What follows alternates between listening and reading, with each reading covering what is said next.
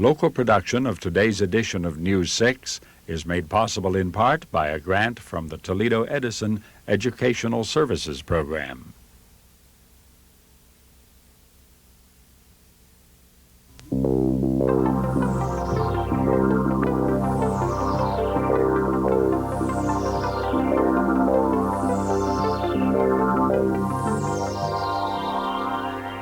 Welcome to News 6. This program is presented by Miss Marta John's Language Arts class from Gateway School in Maumee, Ohio. Later on, we'll visit some people and places from around town. But first, we have a special performance right from our own school. Julie? Gateway School has more than cheerleaders to pep up the teams. We have a pep band, which is directed by Mr. Harold Waters. There are 11 different kinds of instruments in the pep band, and a total of 52 band members. The pep band plays for all of the home games. We practice for 1 hour before each game. Some of the songs we play are Rocky Top, Star Spangled Banner, and of course TGIF.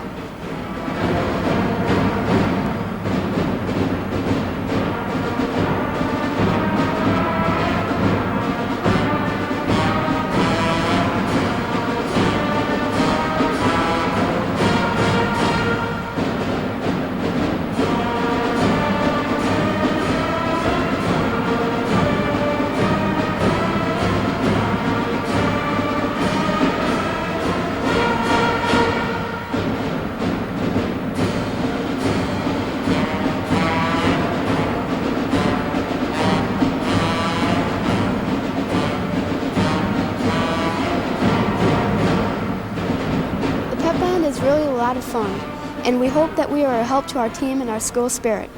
Eric? Maumee has a park that offers activities all year long. It is called Sidecut Park. The park got its name when the Miami-Erie Canal was in use because it was a side cut off the canal. You can still see 3 canal locks.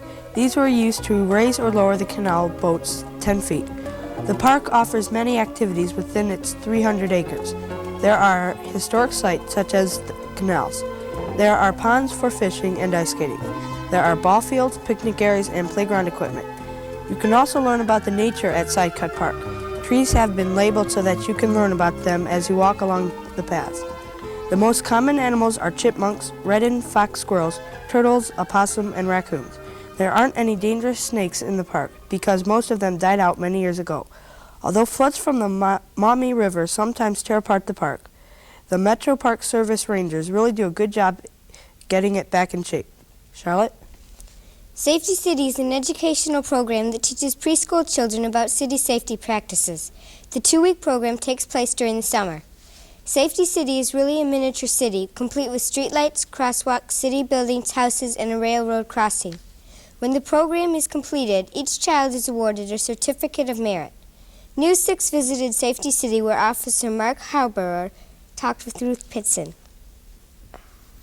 Officer Harbauer, what is Safety City? Safety City is a program designed for preschoolers to acquaint them with the safety habits before they go to school that school year. What kinds of things do you do? Well, we are visited every day by somebody new. The children, for example, learn one day about water safety, one day about school bus drivers. They take a ride on the school bus. The paramedics bring the life squad over and show them what the ambulance is all about and not to be afraid of it and what to do if they see one coming. They are visited by the firemen in a fire truck. The animal control officer comes over for a day. Toledo Edison comes in for a day and teaches them about electricity and the dangers of electricity. Do you think the kids enjoy Safety City? Oh, very much so. Most of the children look forward to coming back the next day, and the first couple of days they're unsure, but once they realize that they're having fun and that there's nothing to be afraid of, they all look forward to coming back. Thank you, Officer Harbauer. This is Ruth Pitson reporting for News 6. The program is held at Wayne Trail Elementary School.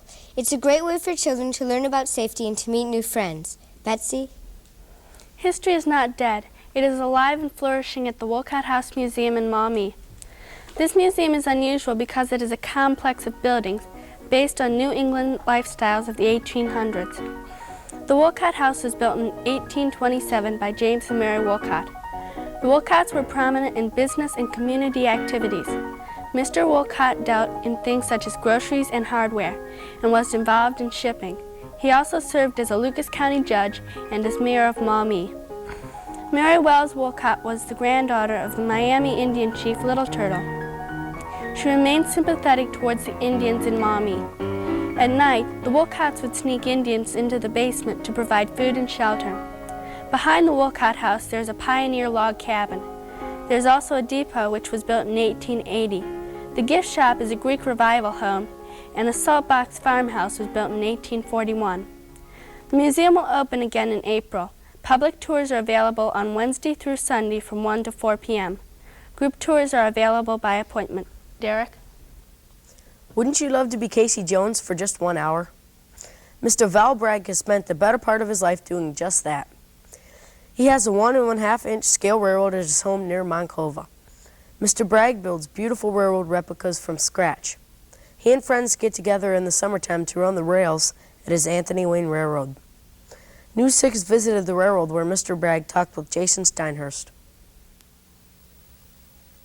Mr. Bragg, is this an unusual hobby? I really don't think so. There's about 25 fellows here in the Toledo area that are interested in steam, and we have a club here. When did you get into steam? About 13 years ago. When I was a kid, I got started in it in these little electric trains. Could you tell us how the train works? Sure. You fire them with coal, just like the big engines, and they run 100 pounds of steam pressure. Do you make your engines from ready-made parts? Some parts I do. I buy the whistles and the steam gauge and the little couplers in the back of the engine. Some parts I make wooden patterns and take them up to the foundry and have them cast. How long does it take to build an engine? It depends, of course, on how much time you can put on, but it takes me about 4 years to build an engine. What are your plans for the future? Well, I'm building a new engine, and it's modeled after Norfolk and Western that they use down east in the mountains. And it's called an articulated locomotive, which means there's 2 engines under 1 boiler. These engines are just 1 engine under 1 boiler. Our main line track is 2,700 feet right now, and this spring we're going to enlarge it another 400 feet, so we'll end up with 3,100 feet on the main line alone. Thank you, Mr. Bragg. This is Jason Steiners reporting for News 6. That is all for today. We hope that you have enjoyed the show. News 6 will visit Walbridge, Ohio next week.